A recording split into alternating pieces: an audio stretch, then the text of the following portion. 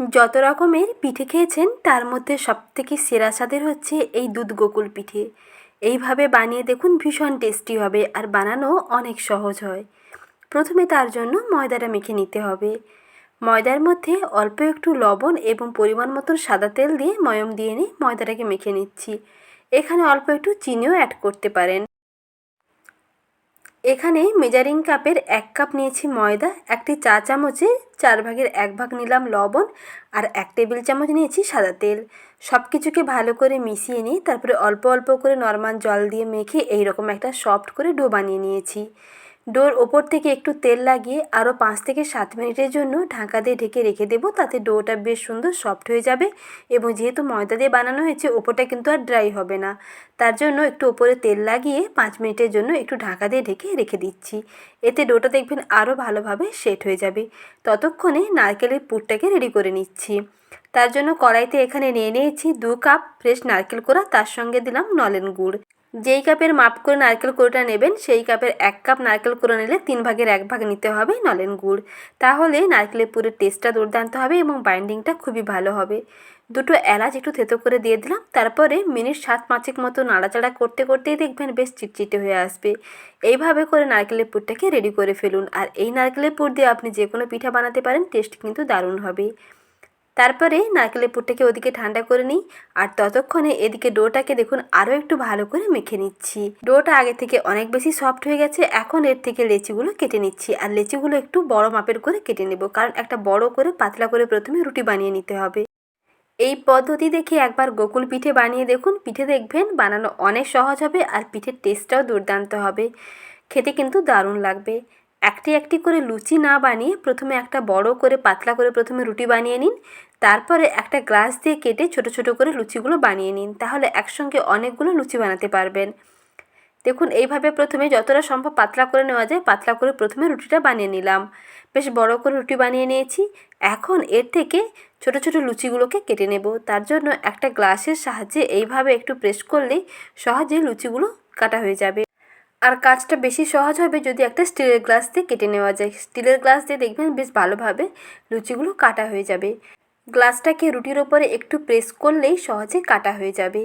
এইভাবে সহজেই লুচিগুলো বানাতে পারবেন। একটা একটা করে না বানিয়ে এইভাবে একসঙ্গে অনেকগুলো করে লুচি সহজেই বানাতে পারবেন। এখন এই লুচিগুলোকে একটা অন্য থালার মধ্যে নিয়ে নিয়েছি। এখন পিঠেগুলোকে বানিয়ে নেব। প্রথমে একটা লুচি নিয়ে তার মাঝখানে 1 চামচ ভর্তি করে দিয়ে দিলাম নারকেলের পুর। তারপরে আর একটা লুচি উপর থেকে চাপিয়ে এইভাবে 2টা প্রান্ত ভালো করে আটকে দিচ্ছি। পারলে একটু জল লাগিয়ে দেবেন, হালকা করে জল লাগিয়ে দিলে 2টা প্রান্ত বেশ ভালোভাবে আটকে যাবে। এইভাবে প্রথমে 2টা প্রান্ত আটকে নিয়ে তারপরে দেখুন একটা এরকম আইসক্রিমের স্টিক দিয়ে এক সাইড থেকে এইভাবে ডিজাইনটা দিয়ে দিন। এতে দেখতেও খুবই ভালো লাগবে আর দেখুন কাজটা অনেক সহজ হয়ে যাবে। এই সহজ পদ্ধতি দিয়ে এবং সহজ ডিজাইন দিয়ে এইভাবে ফুল পিঠেগুলোকে বানিয়ে ফেলুন। এক এক করে সমস্ত পিঠেগুলোকে রেডি করে নিচ্ছি। প্রথমে একটা করে লুচি নেবেন, সাইডগুলোতে হালকা একটু জল লাগিয়ে দিন। তারপরে মাঝখানে নারকেলের পুরটাকে দিয়ে আর একটা লুচি ওপর থেকে দিয়ে ঠিক সাইডগুলোকে প্রথমে জোড়া লাগিয়ে তারপরে একটা আইসক্রিমের স্টিক দিয়ে সহজে এইভাবে ডিজাইন দিয়ে ফুল পিঠে কিংবা গোকুল পিঠেগুলো বানিয়ে ফেলুন। আর এই পিঠের টেস্ট এতটাই দুর্দান্ত হয় যে একবার খেলে বারবার খেতে চাইবেন, আর কাউকে খাওয়ালে তো প্রশংসা করবেই এবং আপনার কাছে রেসিপি জানতে চাইবে, কারণ খেতে এতটাই ভালো হয়। ময়দা ও নারকেল দিয়ে ইউনিক ডিজাইন দিয়ে ইউনিক একটি পিঠে আজই ট্রাই করে দেখুন।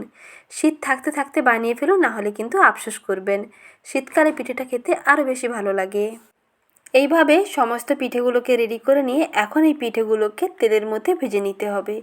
তার জন্য একেবারে মিডিয়াম টু লো আঁচে তেলটাকে প্রথমে গরম করতে হবে। তারপরে একটি একটি করে পিঠে দিয়ে একটুখানি সময় নিয়ে ভাজতে হবে। আর ভাজার সময় একেবারে মিডিয়াম টু লো আঁচে ভাজতে হবে, তাহলে ভেতর থেকে খুব সুন্দর ভাজাও হবে।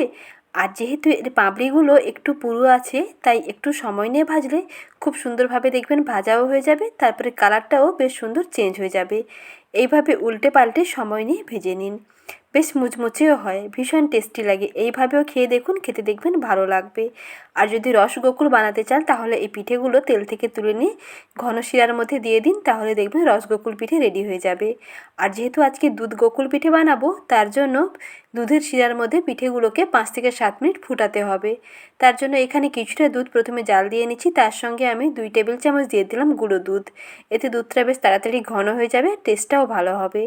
এর মধ্যে আমি 2টো এলাচ একটু থেতো করে দিয়ে দিলাম, আর দিচ্ছি স্বাদ মতো চিনি।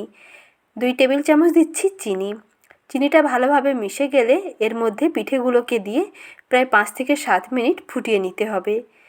দুধের শিরাটা বেশ ঘন হয়ে যাবে আর পিঠেগুলো দেখবেন আগের থেকে নরম হয়ে যাবে। পিঠেগুলোকে ভেজে নিয়ে প্রথমে একটু ঠান্ডা করে নিন।